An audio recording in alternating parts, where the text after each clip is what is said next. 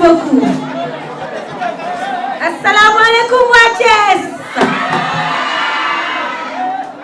Asalaamaaleykum mbokki Kajoor.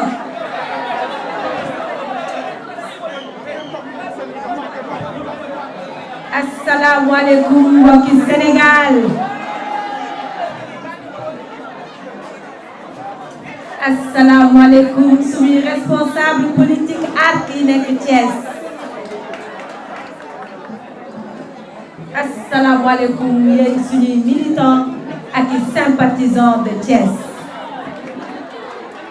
maa ngi leen di nuyu yéen ñëpp. maa ngi leen di sant bu baax a baax a baax. maa ngi leen di gërëm.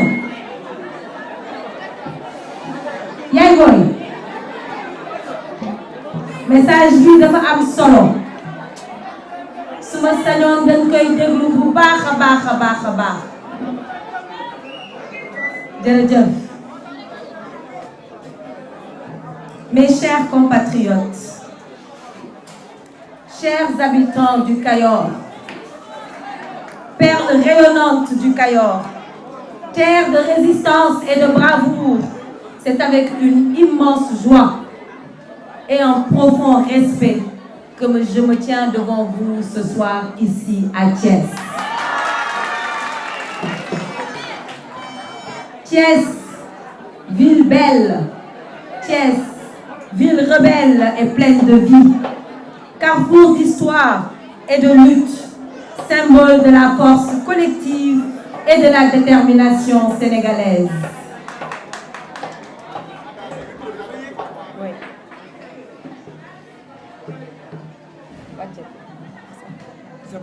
Parfait, encore mieux. C'est parfait comme ça. C'est bon. En me tenant ici, au cœur de Thiès, je ressens l'écho des paroles immortelles de notre regretté Mbaye Gana Kébé, le grand Thiessois, qui a si magnifiquement capturé l'esprit de cette ville. Alors je me demande, si Thiès m'était compté, Thiès, la ville vivante et la ville vibrante, aux deux gares chargées de souvenirs. Thiès, où la célèbre fosse des syndicalistes des cheminots symbolise un combat collectif en faveur de la dignité et du bien-être de l'homme, condamné sur la route ambiguë de la destinée.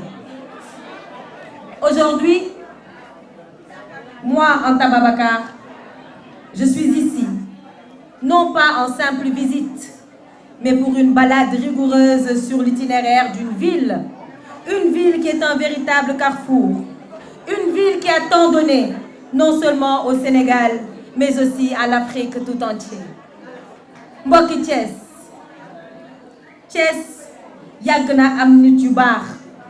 Kajoor yàgg na am ay jàmbaar, ay nitu jom, ay nitu ngor ak ay nitu kóllëre. moo tax ma ne waa Thiès dañu war a fier pour nekk ay nitu Thiès ci Lat Dior Ngoné Latyr Diop ba ci Ibrahima Sarr en 1947 avec la grève des cheminots. nitu Thiès dafa yàgg a nekk bañkat, donc am naa fierté taxaw tey ci seen kanam ndax tey ñun dañoo bokk ci ñi bañ. ku ne Thiès ne benn dëkk ñaari gaar. Thiès benn dëkk ñaari gaar. Thiès dafa am place bu rëy ci suñu stratégie de développement pour le Sénégal. Thiès à la croisée des chemins mooy xolu Sénégal, moo tax mu waroon a am taxawaay bu am solo ci wàllub économie, ci wàllub mbay, ci wàllub napp, ci wàllub càmm ji, ci wàllub tourisme, ci wàllub mine, ci wàllub industrie. Malheureusement régime yi fi jaar yépp dañu xeex Thiès ak jeunesse su Thiès.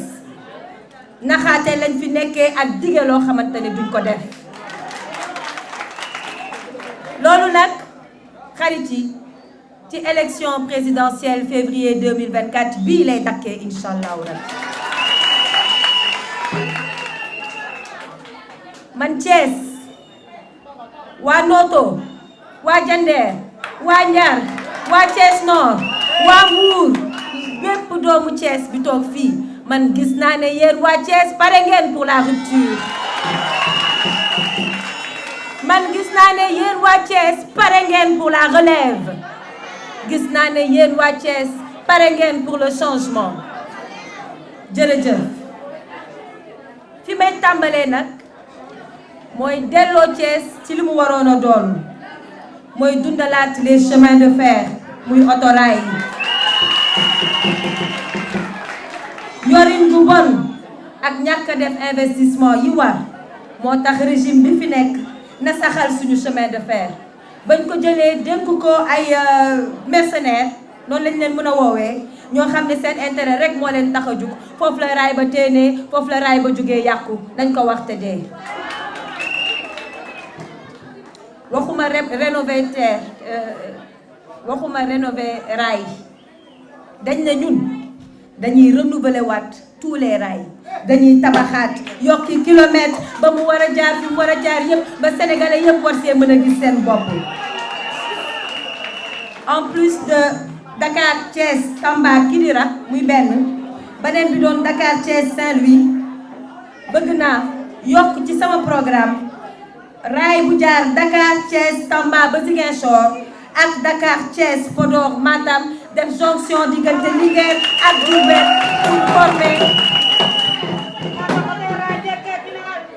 pour former li ñuy woowee la boucle du Nord loolu programme boobu maa ngi ko tuddee Arigoni mag ñi xam nañ li ma wax mag ñi xam ngeen li ma wax ñu ngi koy tuddee Arigoni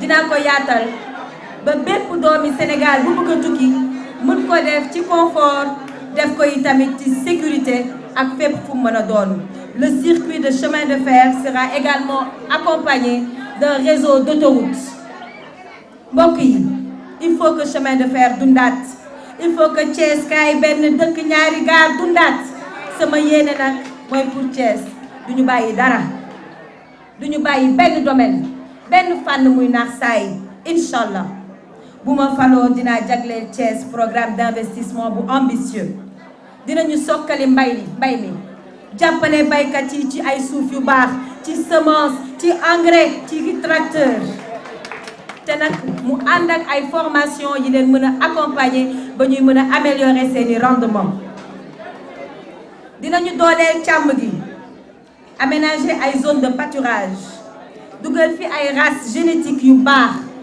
bëgg naa créer des espaces de stockage yu am solo fii ci biir Thiès boole ko ak ay unité de transformation ak ay agro-industriel te mën naa nekk fas naa yéene yi tamit taxawu tourisme bi bu baax a baax parce que ku ne Thiès di nga gis Mbour di nga xalaat tourisme boo xamante ne dina jógee Pointe Sarène ba Mbour dinañ fi aménager ay hôtel haut de gamme ànd ci ak suñuy partenaires du secteur privé ak diaspora mbokk yi su ma faloo dinaa def moratoire sur la pêche industrielle ak bateau étranger yi yéen waa Kayar ñëw naa Kayar ngeen wax ma seen jooy dégg naa ko bu ñu faloo incha allahu rabi dinañ teg moratoire boo xamante ne dina nekk ñetti at yoo xam ne les bateaux industriels yi taxaw ci digg géej gi di manque suñuy jën dinañu may jàmm ndax suñuy ndaw mën a liggéey suñuy mool mën a liggéey suñuy mareyeur mën a liggéey jigéen ñi mën a transformer li ñu war a transformer.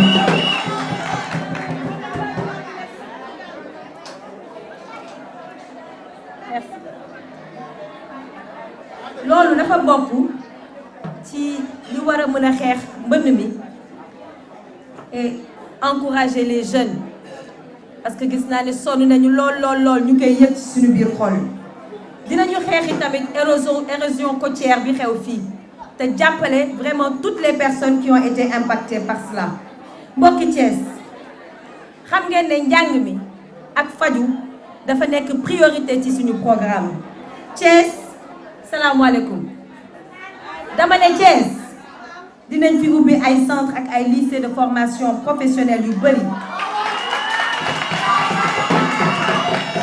moderniser l'école polytechnique de Thiès mais créer fii ci Thiès un lycée militaire d'excellence dédié aux jeunes filles mooy le Prytanée militaire de Thiès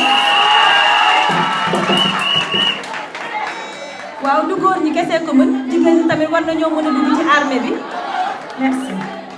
Inch'Allah dina créer ay centre de santé yu doy ci gox-goxaan yépp hôpital de Mbour ak hôpital de Thiès ñu liggéey ba relever ko à un niveau 3 inch'Allahu rabbi.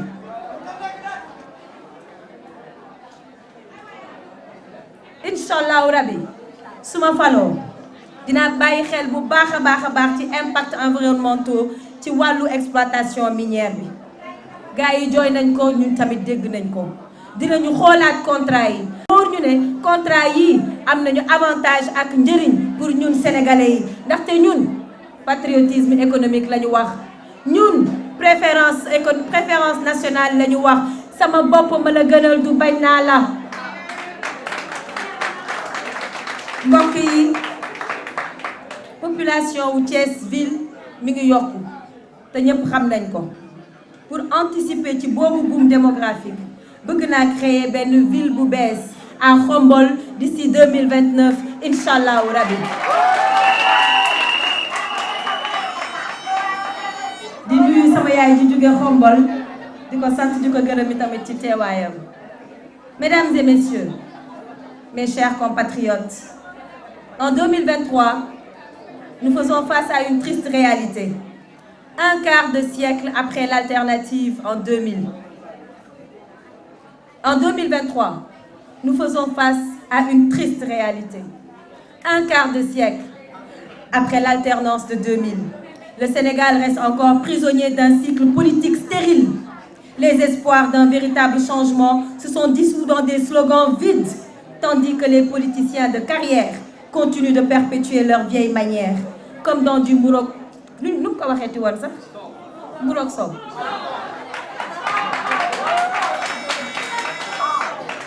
Cette stagnation politique, où les perdants d'hier deviennent les espoirs d'aujourd'hui, et les vainqueurs d'hier deviennent les oppresseurs d'aujourd'hui, relève d'une dynamique circulaire qui entrave notre progrès.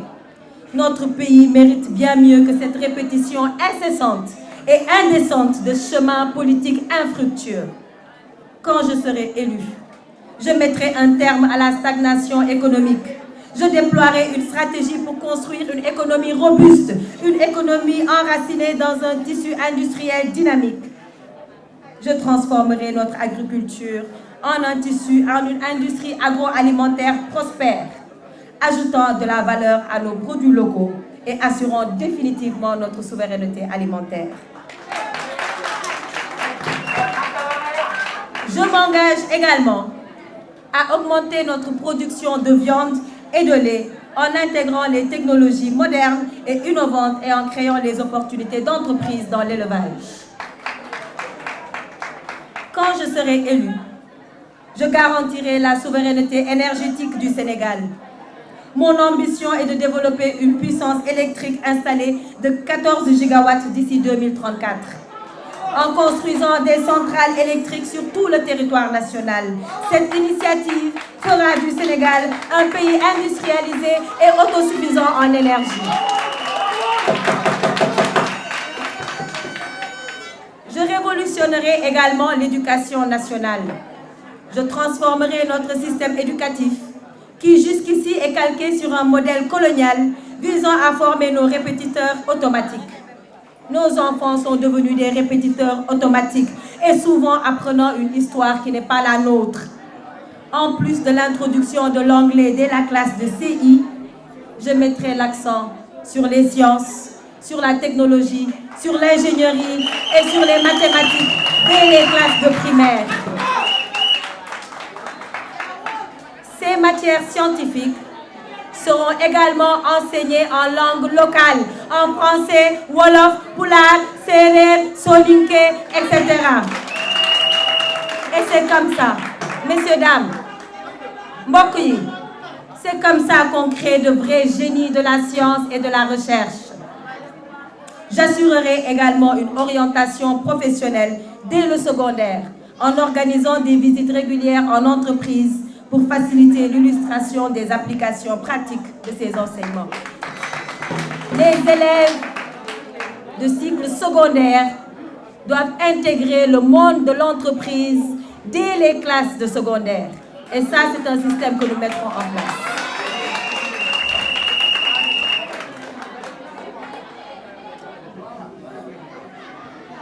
Quand je serai élue, Inch'Allah Rabbi, je transformerai notre administration publique en une e-administration performante et transparente.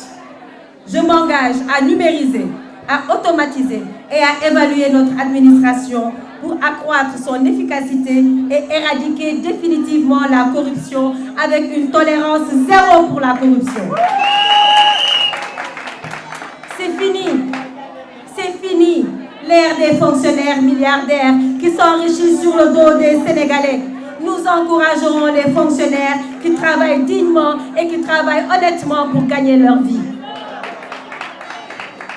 Quand je serai élue, je ne me contenterai pas seulement de créer des emplois. Je générerai des entrepreneurs, je boosterai les start-upers et créerai des champions nationaux. Je veillerai à créer un environnement propice à la création d'entreprises, libérant ainsi tout le potentiel entrepreneurial de notre génération.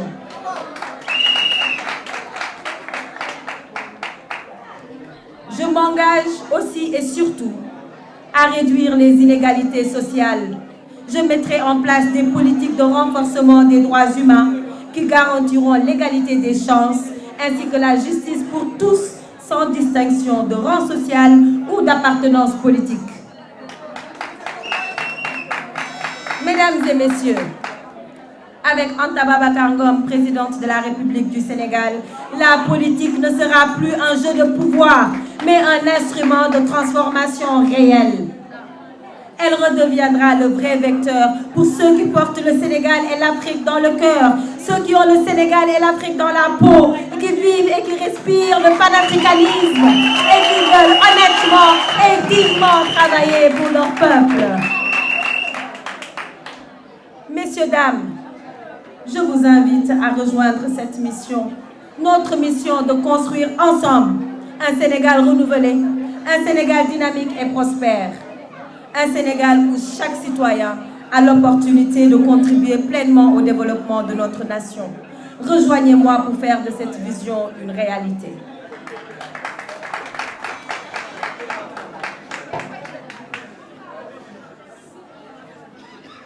Fellow Senegalese citizens,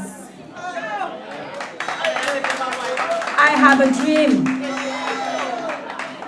In this pivotal year of 2024, a quarter century since the turning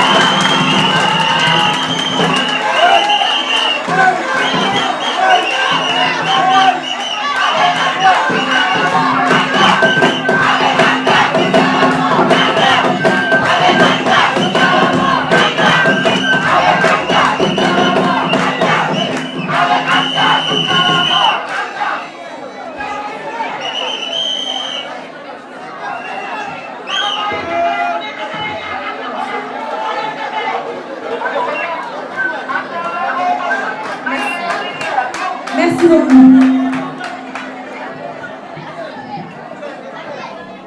Écoutez bien, ndaxte fii ak quelques années ñëpp dañoo war a làkk anglais donc tey lañ koy tàmbali déglu leen bu baax a baax dama ne in this pivotal year of 2024, a quarter century since the turning point of 2000, I stand before you not just as a candidate, but as a herald of transformative change for our beloved Senegal and African continent.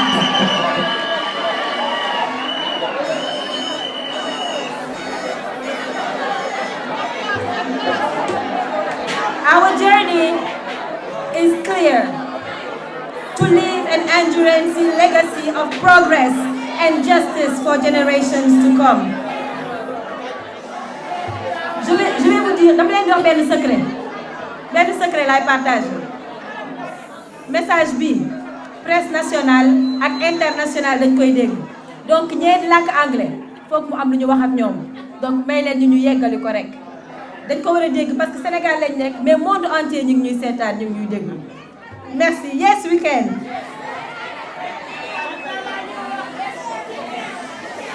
Alors, our journey is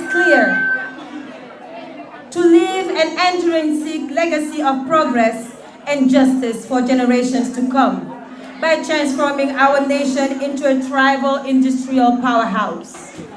My commitment is to establish governance rooted in virtue, waging an unwavering battle against corruption in all its forms.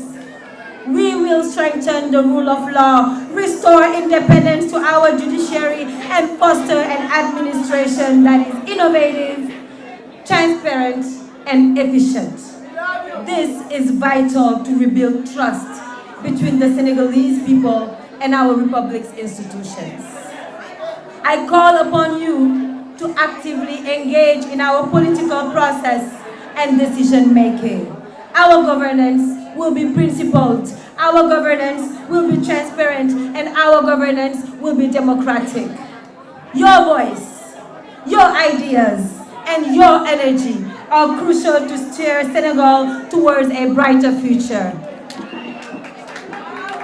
With economic patriotism at our core, we invite craftsmen, creators, and innovators to join ARC. Together, we will triumph in the 2024 presidential elections. Inshallah, I will be the 5th president of the Senegalese Republic.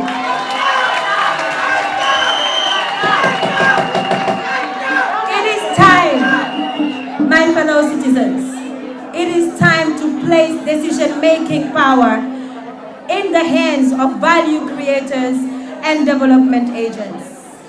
ARC symbolizes our quest for a new society where every Senegalese can thrive in peace and in unity.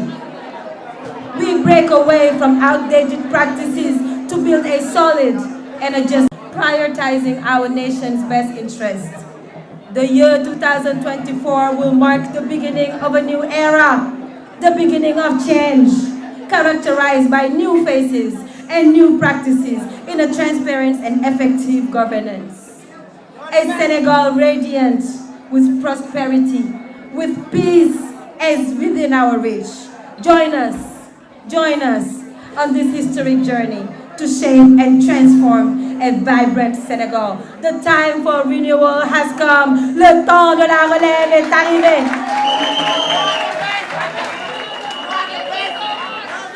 I thank you very much.